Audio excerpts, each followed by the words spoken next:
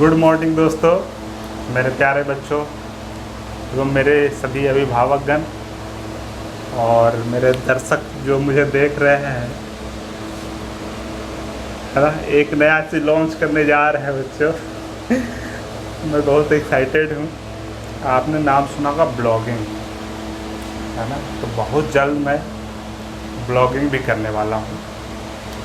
देखिए, दिल्ली में क्या है कि बहुत सारे ऐसे घूमने की जगह है और हर लोग तो दिल्ली में आते नहीं। जब मैं भी बच्चा था तो बड़ा दिल्ली दूर है, ऐसी सिचुएशन लगती थी, है ना। और पढ़ कर के यहाँ आ पाए। जैसे यदि मान लीजिए पिताजी का यदि बिजनेस हम करते हैं तो बहुत मुश्किल है, या कोई भी प्राइवेट सेक्टर में जॉब करते बहुत मुश्किल है कि स्पेशली आप घूमने के लिए दिल्ली या कई शहर जाएं। बच्चों, मैं आपसे कहता हूँ, एक बार आप जॉब लीजिए, उसके बाद आपके पास भी पर्याप्त टाइम मिलेगा। आप अपनी ज़िंदगी को जी सकते हैं, खुल के जी सकते हैं। जहाँ मन करे वहाँ आप घूम सकते हैं। आपके अंदर जो भी इच्छाएं हैं जानने समझने की, जा कर के आप खुद कर सकते हैं। आपने कई बार देखा भी होगा, मैंने फेसबुक पे जो मैं लाल किला गया उसका फ़ोटो डाला, राष्ट्रपति भवन उसका फ़ोटो डाला, बहुत अच्छे रिस्पॉन्स मिले। तो बहुत सारे आपके अंदर भी तमन्ना रहती होगी कि मैं भी एक बार कम से कम भारत तो ज़रूर घूमे, है कि नहीं। हमारा देश है, आज़ादी है कहीं भी जा कर के बसने की, कहीं भी घूमने की। और ये भी जानते हैं कि हमारा देश बहुत सारे धर्मों के लोग यहाँ पे निवास करते हैं। बहुत तरह की जातियाँ हैं, प्रजातियाँ हैं, अलग अलग भाषाएं हैं, लोगों में फिर भी प्रेम है और उस चीज़ को आप फील करना चाहते हैं, है ना। हर जगह के लोग, जिससे मैंने तो बहुत जगह घूमा है, जो एग्ज़ाम देने के उद्देश्य से गया हुआ हूँ कई एक सारे देश, लगभग नॉर्थ से लेकर के साउथ तक। और तमन्ना है कि इधर जम्मू कश्मीर, हिमाचल प्रदेश, पंजाब का अमृतसर, ये सारे, राजस्थान का जयपुर, ये सब अभी घूमने का इच्छा है। आज़ादी है, टाइम भी है, लेकिन अभी मन नहीं बना है। जिस दिन मन बन गया ना, उस दिन ज़रूर जाएंगे, है ना। और वहाँ पे ब्लॉगिंग करेंगे, आपको दिखाएंगे मैं कैसे देखता हूँ चीज़ों को, उसके बारे में भी एनालिसिस करेंगे। और देखिए, हमारे जीवन में भारतीय त्यौहार, कला एवं संस्कृति, है ना, इनका बहुत योगदान है। ये हमारे अंदर उमंग भरने का काम करते हैं। जैसे बहुत सारे त्यौहार हैं, होली है, दिवाली है, दुर्गा पूजा है।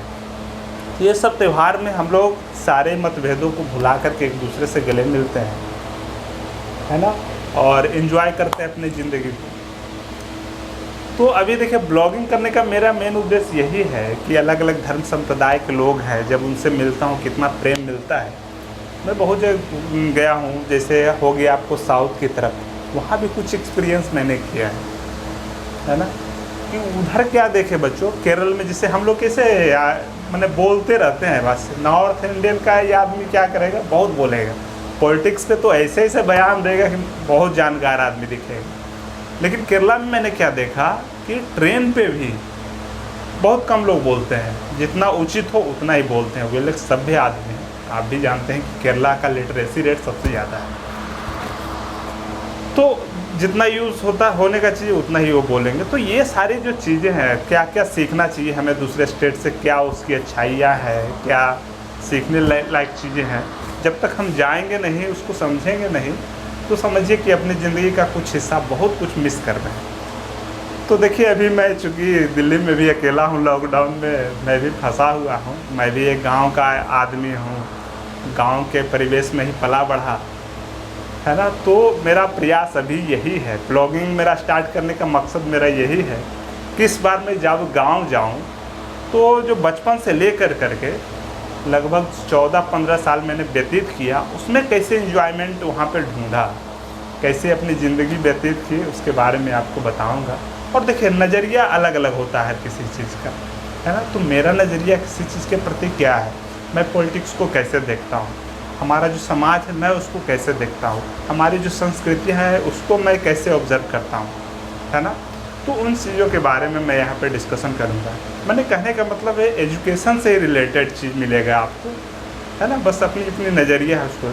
और दूसरी चीज़ है कि क्या चीज़ मुझे अच्छा लगता है गांव का चीज़, जो कि मैं बचपन में एंजॉय के साथ जीता था, लेकिन आज बहुत सारी चीज़ें बदलाव हुई है, बदलाव में क्या क्या फ़ायदा हुआ है, क्या क्या नुकसान हुआ है, मैं उन चीज़ों को डिस्कशन करूँगा, है ना। यदि ये देखिए मेरा फर्स्ट ब्लॉग है, तो जो भी यदि गलती होगा, क्योंकि सीखने में वक्त लगता है ना, एक बार में कोई भी परफेक्ट नहीं होता है, तो जो भी गलतियाँ होगा तो माफ़ कीजिएगा, है ना। धीरे धीरे अपने मैच्योरिटी बढ़ते जाएगी तो सही से एक्सप्लेन कर पाएंगे। तो यदि आप नए हैं हमारे चैनल पे, तो विविध रूप आपको यहाँ देखने को मिलेगा, इसलिए आप इसको सब्सक्राइब कर लीजिए और लोगों को बताइए, है ना। मुझे तो बहुत गांव का आज भी यूट्यूब पे मैं सर्च करके देखता रहता हूँ, कौन सा क्षेत्र कहाँ पे है, वहाँ की क्या विशेषताएं हैं, वो चीज़। जैसे मेरा कोई दोस्त है वहाँ रह रहा है, तो वहाँ पे क्या क्या चीज़ें हैं, तो ये हमेशा हम लोग का जानते हैं बिहार का आदमी का जीके भी बढ़िया होता है, तभी यूपीएससी सबसे ज़्यादा वहाँ से निकलता है। तो ये सब समझिए कि जन्मजात हमारे अंदर भी प्रवृत्ति है। ऐसा नहीं है कि मैं मैथ का टीचर हूँ, बस सीरियस होकर के ही पढ़ाता हूँ और पढ़ता रहता हूँ, ऐसी नहीं है। मैं भी इंजॉय करता हूँ, ज़िंदगी है, जीने के लिए 4 दिन की ज़िंदगी है, और उसमें इंजॉय ही ना करे, है ना। तो इन्जॉयमेंट भी कैसे हो, इन्जॉयमेंट हर चीज़ को सीखने की प्रवृत्ति होना ही चाहिए।